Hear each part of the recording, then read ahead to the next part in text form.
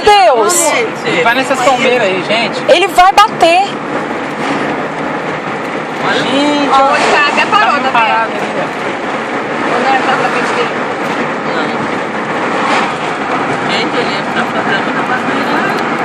Pô, fica longe dele, pelo amor de Jeová. Atento aqui. Olha lá. Deus.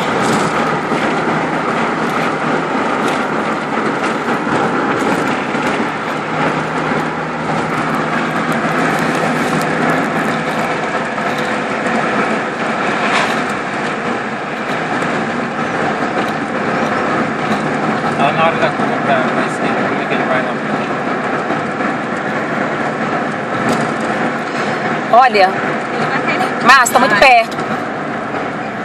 Tá muito perto dele.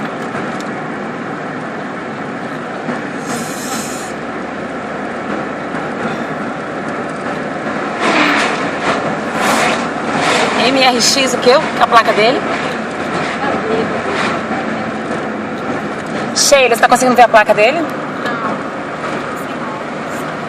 MRX 0652. Ou 0552? 0552. 0552. Eu não quero que ele veja. É 06.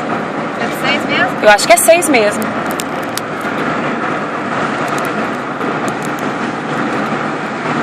Isso mesmo que você disse. Quando ele vê o caminhão vindo na Não, direção eles oposta, são- Márcio, freio que tem gente ali na frente, eu tô com medo dele. Nossa, minha cabeça chega a doer, ó. Olha lá, o pessoal até desviou, porque ele Aham.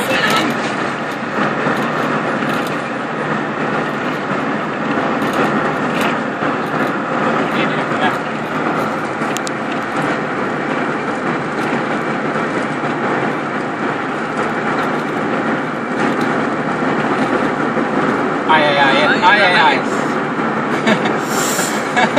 Pior que nós tá chegando a polícia, né? Vamos ver, na hora dos cones aí, na hora de passar. Ah, tá reto.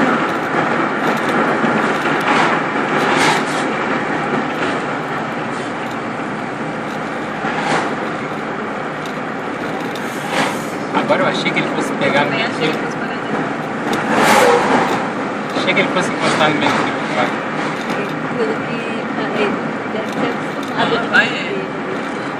Eu também acho. É hábito dele dirigir assim. Você vê que ele joga mais para o caminho.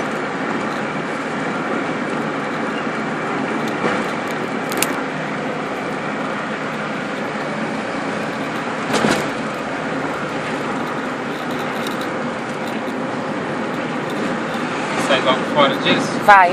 Ah, não, mas vai ter que passar aqui. Esperar passar a polícia. Se a polícia a gente sai do lado. Dá pra ver a cara dele.